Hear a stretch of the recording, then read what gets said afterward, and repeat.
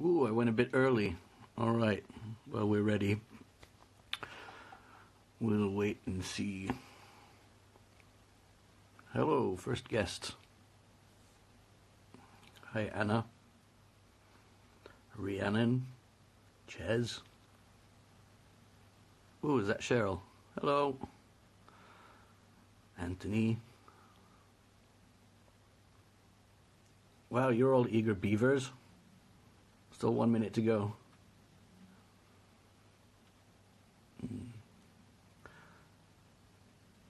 Hiya. Okay, so that's how I see the comments.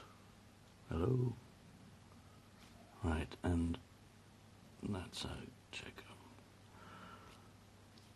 All right. Can everybody hear okay?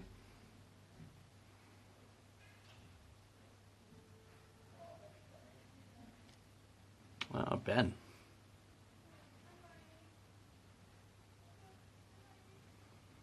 Hi, Helen.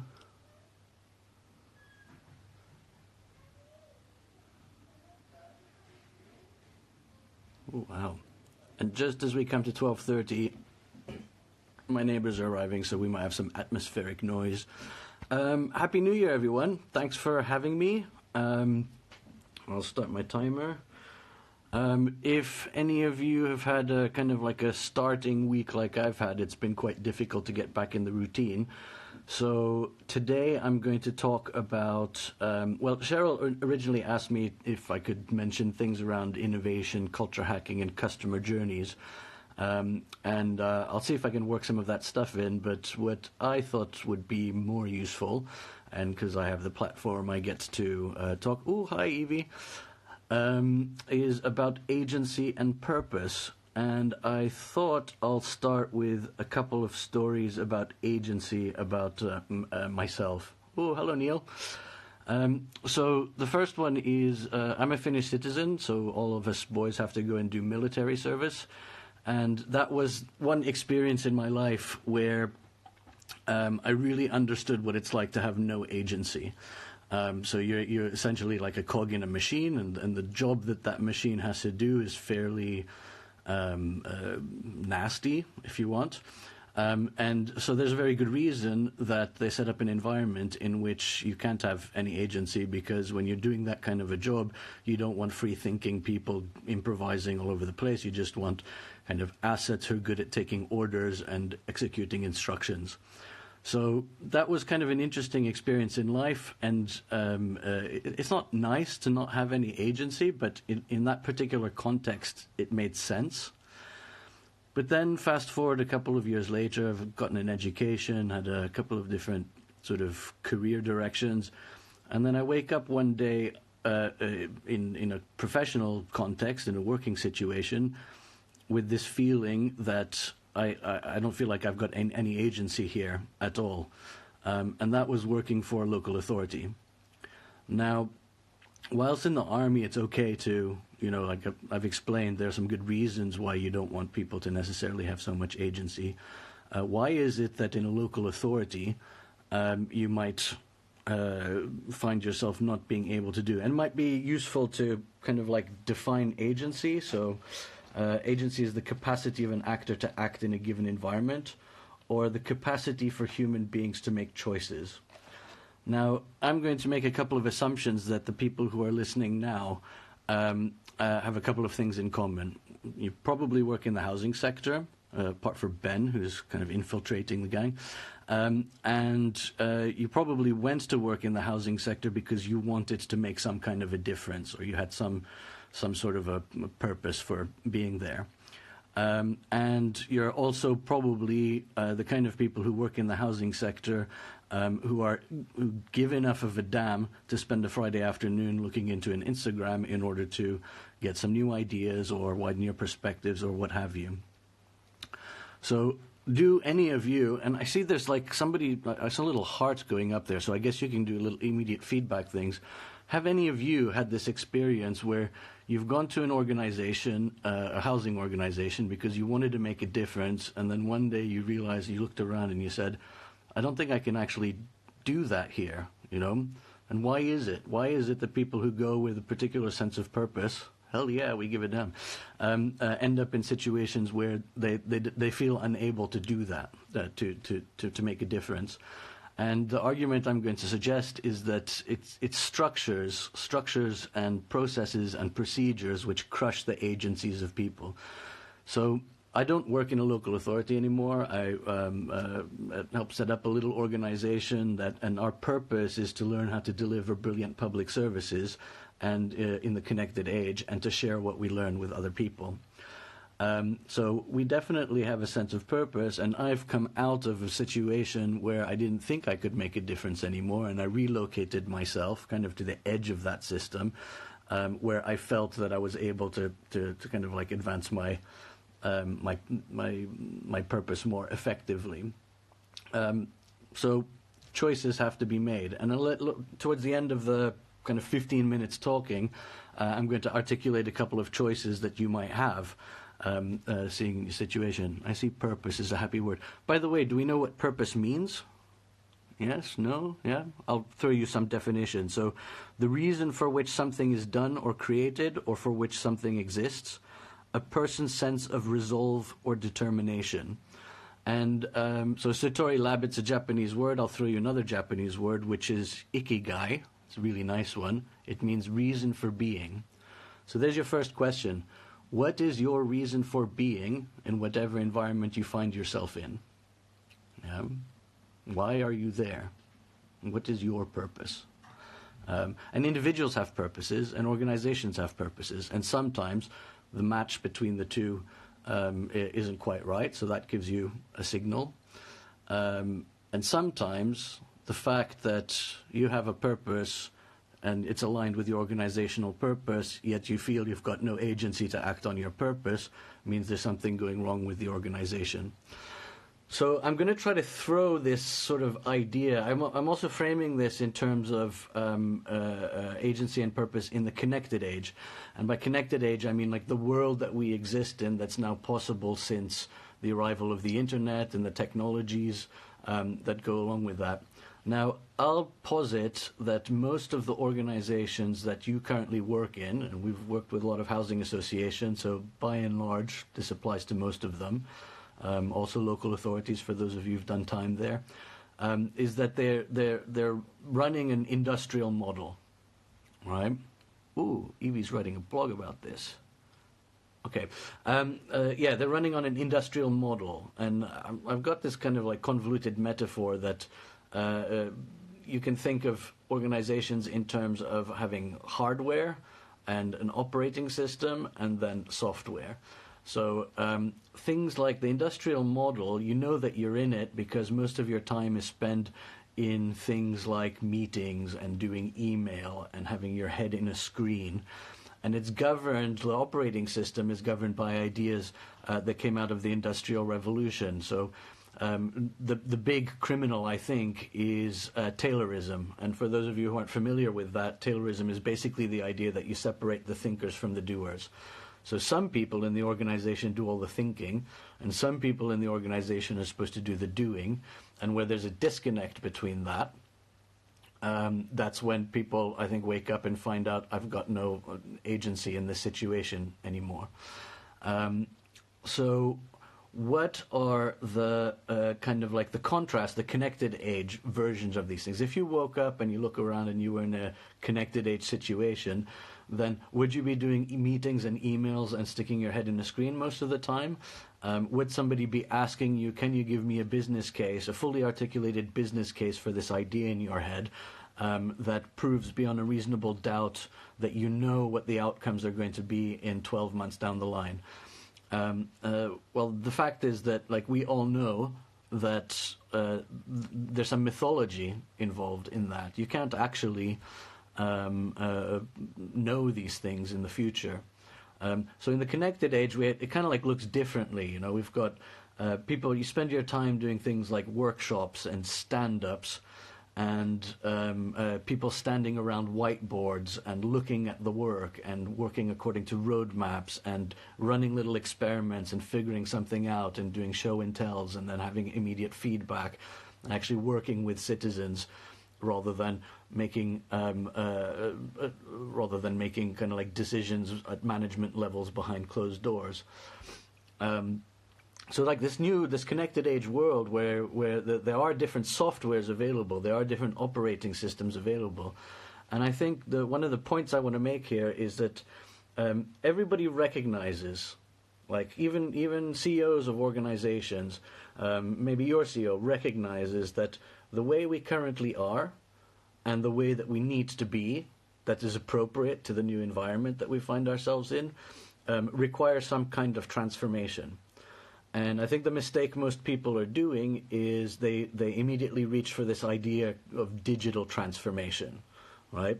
And if you want to understand what's all wrong about that, Neil Templin, who's listening in, has written a brilliant blog post on the anti-problem of digital transformation. But the reason that's so easy to reach for is because you go to work and you look at the kit that's on your desk, and then you go home and you look at the kit that you can use, that like your iPhone or whatever, or your laptop, and you think about the experiences you have using that. So things like buying tickets online or shopping with Amazon or eBay or things like that.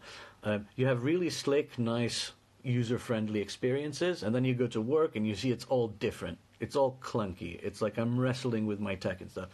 So that contrast between what we have at work and what's available in the real world, everybody knows it, from the CEO down to, or up to the front lines. And so there's this kind of like instinctive kick, okay, let's do some digital transformation. Let's just go buy some magic from somebody and then everything will be better. And where I want to articulate that this is kind of like completely wrong is that essentially what you're trying to do there is you're trying to acquire some connected age software, but by using industrial age hardware and operating systems and even be it even industrial age kind of software.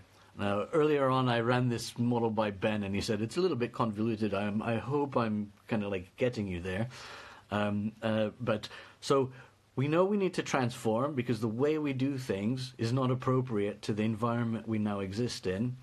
And we reach for these very quick, kind of easy magic fairy pixie dust or silver bullet solutions without really thinking about how do we rebuild our practice on the basis of what is an appropriate organizational hardware, what is an appropriate organizational operating system, and that for the connected age that allows us to do to deliver connected age software for our and in that I'm kind of like metaphorizing services and things like that.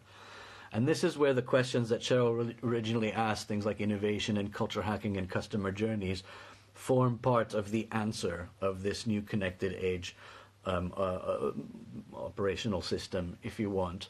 So we know, like I said before, our company, we've been studying in the connected age, how do you deliver brilliant public services, and we know, like, we don't know how to do it, nobody knows how to do it, but we know that part of the solution is using new are they softwares or operating systems? Things like service design and innovation methodologies and agile ways of working, which entail, they have like a new set of inbuilt principles which are about understanding your users properly, running little experiments, testing frequently.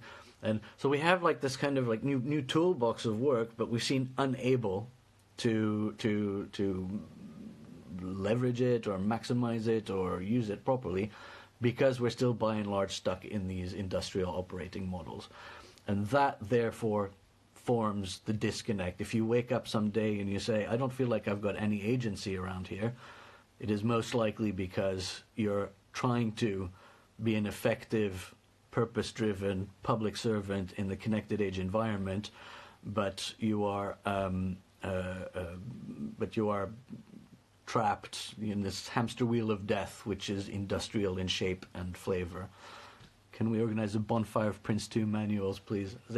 I'll do the questions at the end, but I'll just, because I've seen that, pick that one up and say there are some good reasons why you might want to use Prince 2. It's not like chucking the baby out with the bathwater, but if you think Prince 2 is your only project management methodology, then you're in deep shit, really, because it's appropriate for building bridges and stuff like that, but it's completely not appropriate for figuring out really complex things about, figuring out, mapping out complex needs of service users and figuring out appropriate solutions and responses to that.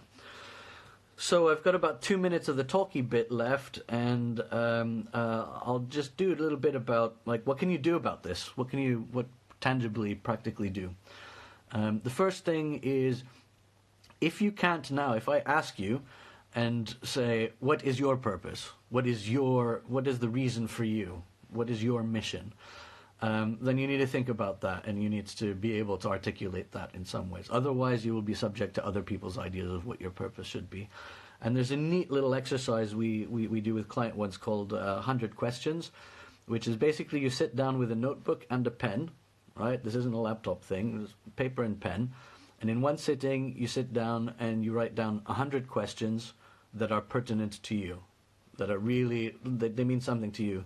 And what you'll find when you force yourself to sit down and write the 100 questions is your brain will phase between, like, the banal, like what kind of cheese is on my sandwich tonight, to the really profound, like what really matters to me in life. And so that's a useful exercise. Leonardo da Vinci used to do it once a month in order to cultivate his soul, if you want. So I would suggest doing that, figuring out what your purpose is. And then measure up whether where you're sitting right now is actually the kind of place where you can act on your purpose.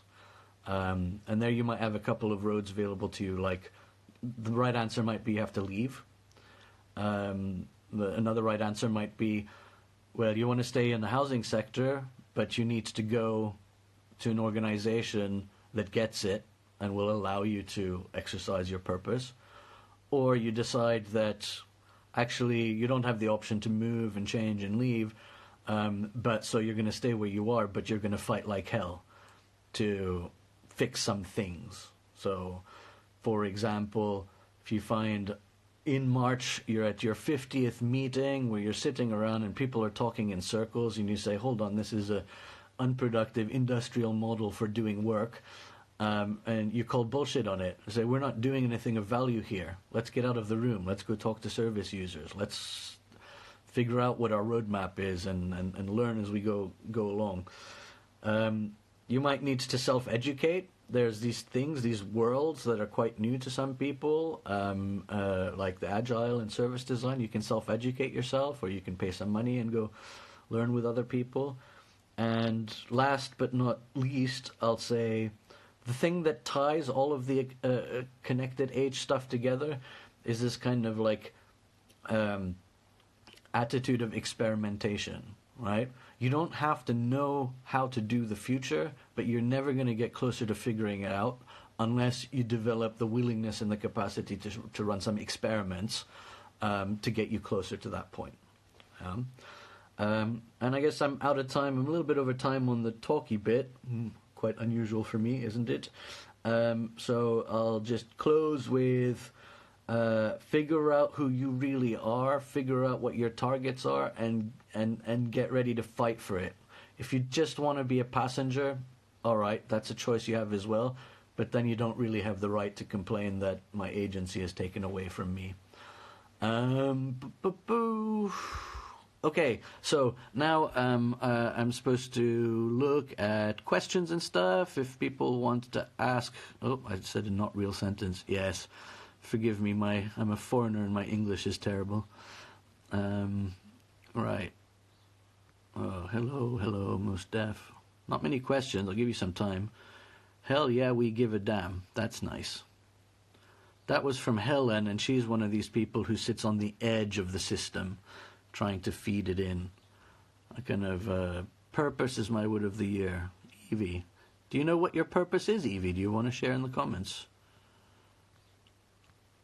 I have two purposes. One is, when I woke up that day in local government, I really got pissed off on two counts. One was I was sat with people who came there because they gave a damn, but they had become tired and grey and unenergetic because the system had crushed them, and I thought that wasn't fair. And as a result of that environment, I thought the deal that citizens get isn't fair either, right? So that was my purpose. I'm going to do something about that. There's great people in local government who are shackled and unable to do things, and the consequence of that whole system is a stinker for the citizens who pay for this and expect something in return for that. Right. Evie was finishing a blog post earlier. I'll get it later. Crippled, starting a new job, complete purpose. Yeah. Without purpose, you're lost. It's like a compass bearing. If you don't have a compass bearing, then you're just floating. Oh, my nailing so much that is wrong with you. Oh, elaborate. I'm happy to take critical feedback. I hate the email focus. Yeah, if you've got a small office, talk to people, but things like one-line emails, we have instant messengers. You use them with your friends to talk and organize things, and use them at work too. Buying magic, digital things are a tool, not a solution. Yeah, that's right. So digital tools are tools, and you have to know what's wrong and why it's going wrong before you implement software. Totally, yeah. I can't add anything more than that. Users are more managers, yes. All right. Someone wants me to keep gabbing on. I might do 100 questions. Think it's a good. It is really like I can't recommend it enough. It's powerful soul gardening.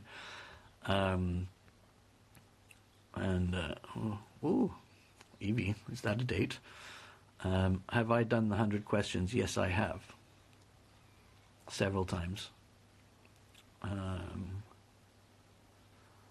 How do we challenge the overly hierarchical nature of part of the housing sector? You see, this hierarchical thing, it's a structural legacy. There's a guy who influences us a lot called Dave Gray. He says 90% of the problems you think you're subject to only exist in your head. Yeah.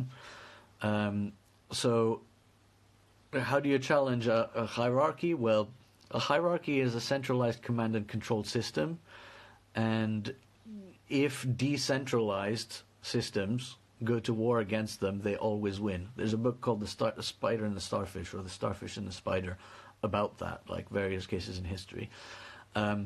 It also takes guts, because it is the prevailing orthodoxy. And everybody, most people listening will have had some kind of an experience where they come up with some idea which is fairly controversial, or which managers above them think is a little bit threatening to their position. And then they hear something like, oh, you want to be careful, you should keep your mouth shut if you know what's good for you, and stuff. And that's a great signal to proceed, I think, because you're starting to put a wedge in the established orthodoxy. And this goes back to this point of, like, figure out what's really important for you and get ready for a fight. So I just came back from Finland in December. We celebrated 100 years of independence. It was really happy, joyous moment, but also pause for reflection. And I think the consensus is, like, for a little country tucked up in the middle, north of nowhere, we haven't done badly in 100 years. We've offered a few useful things to the world, but that has come at a cost, right? We paid for independence with blood, and a few times they tried to take it away from us. And collectively, as a nation, we decided it was important enough to fight for it, and so we preserved that with blood. There's no easy answer to, if you want to change something, there are going to be consequences. Yeah, you have to make sacrifices, and there are going to be consequences. And I don't really have any truck with people who really complain about the status quo, want all of this lovely change, but are unwilling to do what it takes or pay the price to get it. What's my favorite? What's my advice for a shy person who wants to start calling the bullshit out? Wow, that's a great question. Well, one thing is about like shaping the territory. So we do, some of you all know we run GovCamp Cymru, and that's kind of a format which is a little bit intimidating to shy people. So we've been thinking a lot about how you can empower and enable introverts. And there's a couple principles emerging out of that, but one is to recognize that people are different. And if you start studying innovation at all, you'll very quickly come to understand that diversity is a critical asset that you must kind of like embrace. However, our industrial working patterns are optimized for kind of like loudmouths and chest-beating gorillas and things.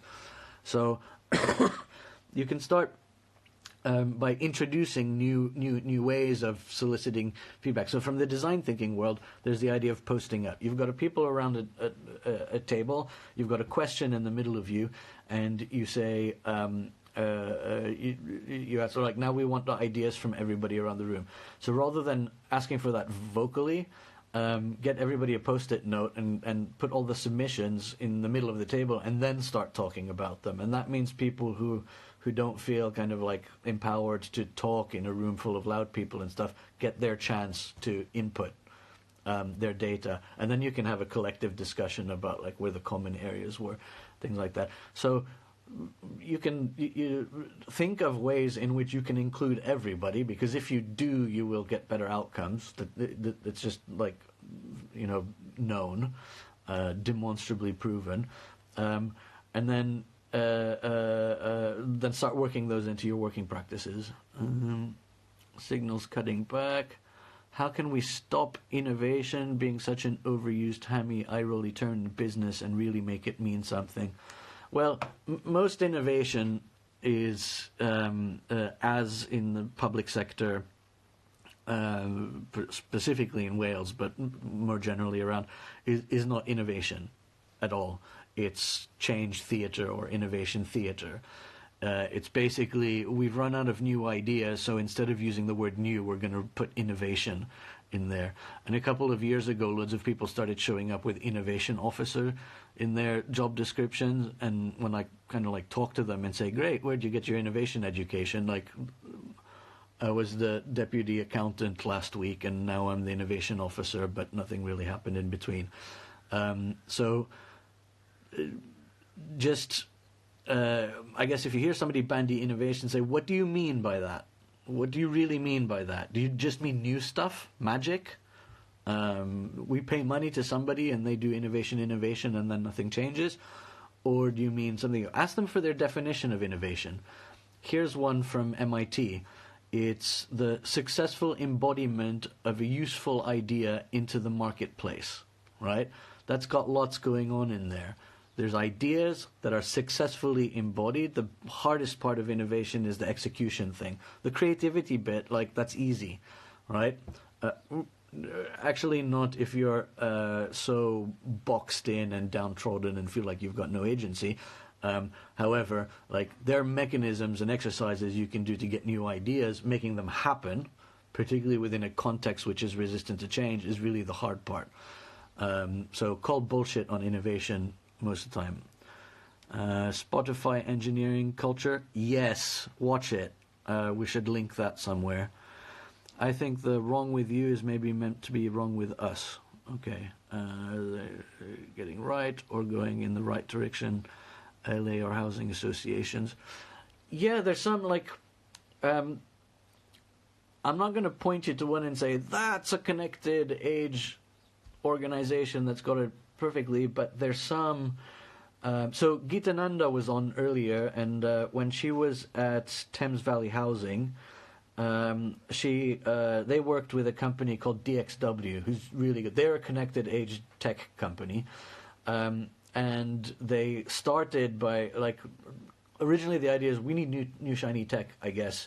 tenant portal or something like that. But DXW works in using user research methodologies and stuff. And they went out to actually talk to the tenants, and the result of that was this MyTVH app, which by all accounts I hear is really good. But the experience of working in that way, I once met Gita, and she said in that meeting something I'll never forget. She said, once we understood the value of genuinely researching and understanding user needs, which was in the context of developing that app, she said, from that moment, everything became easy, right? Everything became clear. There was no confusion and bullshit and like the soap opera of senior management kind of jockeying for position and in resource wars and stuff. That's all like this industrial game. All of that fell away. It was just like, okay, anything we're talking to, how does that relate to a user need? A bit closer to home, we've seen some, well, I'm a bit biased here because we've worked with them, but places like Monmouthshire Housing and Valleys to Coast starting to use some of this new technology, connected age technology, in order to genuinely improve services on the front line and generate insights about service delivery and how they could be organized by doing user research and things. So there's nobody who's done it, but there are some organizations that are starting to understand that we need to take little baby steps and experiment with some of these new ideas, and they're benefiting greatly from that. Why do you think organizations are fearful of this type of change in thinking? Well, this is actually pretty simple. I'm kind of running out of time, but I'm going to do this one. The people who are in charge of organizations, some of them, they got their credentials by doing MBAs. Yeah, they went to a business school which taught them the mechanisms and the processes and the methodologies for running an industrial organization. Yeah, so it's all they know. Other people, they kind of worked their way up through. They played a very successful game according to the old rules, and they have no incentive to. It's like you're asking turkeys to vote for Christmas, right? Also bear in mind that, like, if you're steering a runaway car and you don't know what you're doing, but everybody in the car is looking at you because you're holding the steering wheel, like, you just default back to what you know, but recognize that those people also are feeling like very large amounts of imposter syndrome and stuff.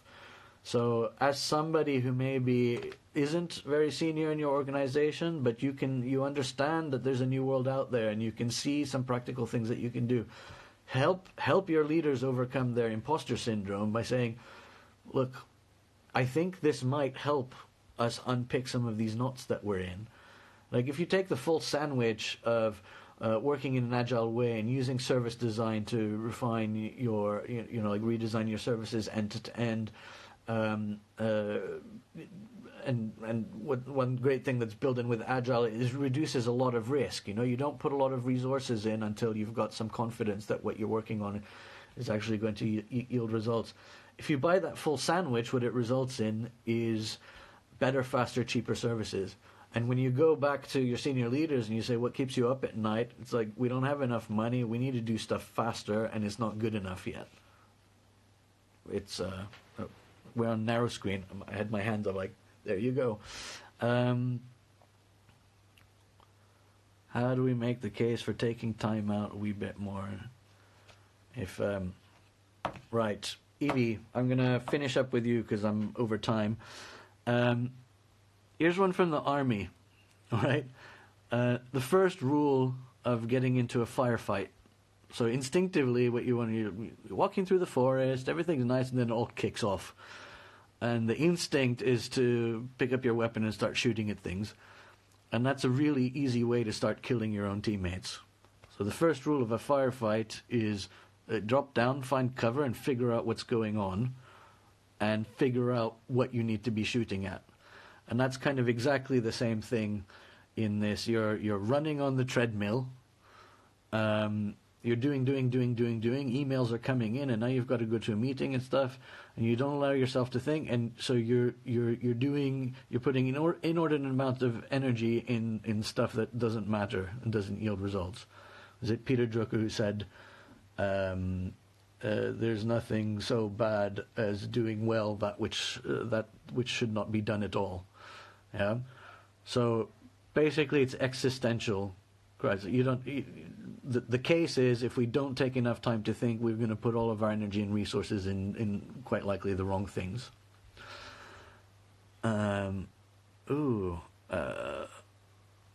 Right. So there's some more questions there. I don't know. I guess I'm supposed to keep to the time and stuff. But maybe what I'll do is I'll catalog these somewhere. I don't know how this quite works and stuff, and maybe answer them. Does CIH have a Slack team or something? Why doesn't it have a Slack team or a Facebook group? Maybe I can answer them there. But thank you for all joining in, and hope to see you around Housing Festival or something like that. Thanks for listening. Bye.